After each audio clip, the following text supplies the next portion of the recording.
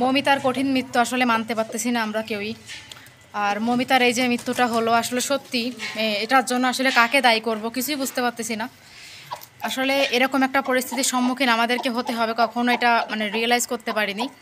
তো আজকে সুদূর পাকিস্তানে বসে আমিও ওকে নিয়ে কিছু কথা না বললেই নয়, শুধু কথাই নয়, তীব্র নিন্দা জানাচ্ছি এই বিষয়টার, যে বিষয়টা আসলে মানে এমন একটা মানে খারাপভাবে ঘটে গেল যেটা আসলে মানে সবাইকে কাঁদিয়েছে। যারা যারা এই ঘটনাটা দেখেছে, যারা যারা প্রতিবাদ স্বরূপ কথা বলেছে বা ভিডিও বানিয়েছে তাদেরকে নিয়ে, আসলে তারা ক্ষোভ থেকেই ভিডিওগুলো বানিয়েছে, কষ্ট থেকেই বানিয়েছে, আর কষ্ট থেকেই আসলে টপিক্সটা উঠে আসে, কথা না বললেই নয়। তো আজকে ভাবলাম যে আমি একটু কিছু কথা বলি এই বিষয়ে, যদিও আমি অত বড় মাপের কেউ না। তো এই যে মৌমিতা দিদি ভারতের একজন মেডিকেল স্টুডেন্ট ছিলেন। তো তারপরে দেখা যায় যে সেই মেয়েটার সাথে অনেক খারাপ হয়, অনেক অনেক খারাপ হয়। তার দুইটা কলিগ বান্ধবী, তাদের সাহায্যে সেই মেয়েটার সাথে অনেক রকম অনেক সো তার হচ্ছে যে যারা কলিগ ছিল, তো তারা দুইটা মেয়ে, তাদের সহযোগিতায় সেই মেয়েটাকে আসলে রেপ করানো হয়। আর শুধু তাই নয়, প্রায় 18 থেকে 20টা ছেলে হবে এরকম এরকম তার সাথে অনৈতিক কাজকর্মগুলো করে। আর শুধু কাজকর্ম করেই তার সাথে ক্ষান্ত হয়নি, তাকে কিন্তু মানে মেরে ফেলা হয় লাস্টে। তো তার গলায় যে পরিমাণে দাগ, গলাটা এত ফুলে গেছে, চোখ দিয়ে রক্ত বের হয়ে গেছে। তো সেই অবস্থায় মানে মানুষ কতটা পাষাণ হলে একটা মেয়েকে এভাবে হত্যা করতে পারে।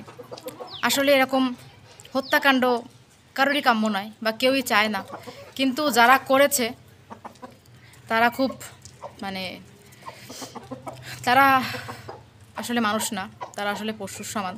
এরকম ধরনের মানুষকে আসলে মানুষ বলা যায় না। তো আজকে আমরাও অনেক বেশি মর্মাহত এই ঘটনার জন্য। এই ঘটনা আমাদেরকেও নাড়িয়ে দিল। তো ভাবুন তো তার বাবা মার উপর দিয়ে কী যাচ্ছে এখন। তারা এত বড় করলো, একটা মেয়েকে ডক্টর বানালো, আর সেই মেয়েটা এখন দুনিয়াতেই নেই। যাদের সন্তান আসলে তারাই বোঝে যে আসলে কতটা দুঃখের মধ্য দিয়ে তারা যাচ্ছে। আমার আসলে সত্যি কথা বলতে ভিডিওটা যখনই দেখেছি অনেকবার, আমার পুরো চোখ দিয়ে পানি চলে এসছে যে এত খারাপভাবে বীভৎসভাবে একটা মেয়েকে তারা মেরেছে। আর শুধু এটা করেই ক্ষান্ত হয়নি, তারা লাস্টে মেয়েটাকে গলা টিপে মেরেও ফেলছে, তো জানটাও নিয়ে নিল। আর ক্ষত বিক্ষত করে রাখছে মেয়েটাকে। দেখলেই মানে মানুষের একটু মায়া দয়া হলো না যে কিভাবে একটা মেয়েকে তোমরা মারলে? তোমাদের কি মায়া দয়া হয়নি?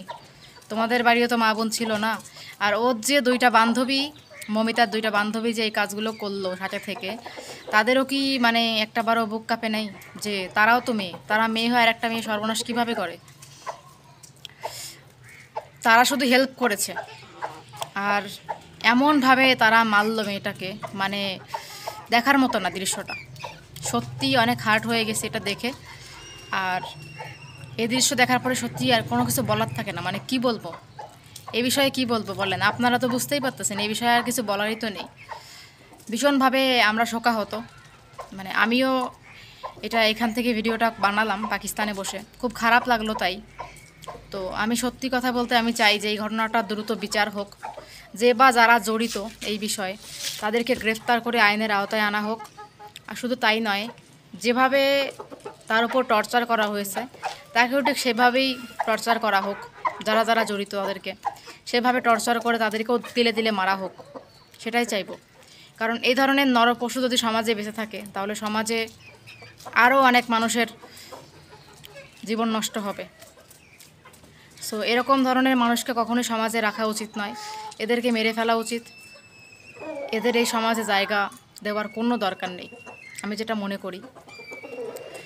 আর এদের আসলে নিজের জানের ভয় নেই, মা বোনের প্রতি কোনো মায়া নেই। যদি মায়া থাকতো তাহলে আসলে এভাবে একটা মেয়েকে পশুর মতো হত্যা করতে পারতো না। আর বাকি আর কি বলবো বলেন? বাকি তো আমার আর কোনো কিছু বলার নেই এই ঘটনা নিয়ে। নিন্দা জানানোর ছাড়া কোনো আমার আসলে কথা বলার নেই এই ঘটনায়। সত্যি চাইবো, মন থেকে চাইছি যে এই ঘটনার বিচার হোক। আমিও তোমাদের সাথে আছি, আর যদিও আমি কোনো কিছু করতে পারছি না, বাট পাশে আছি। এই ঘটনাটার নিন্দা জানাই, আর দ্রুত চাচ্ছি যে সরকার থেকে কোনো ব্যবস্থা নিক আর এদের বিচারের কাঠগড়ায় দাঁড় করাক।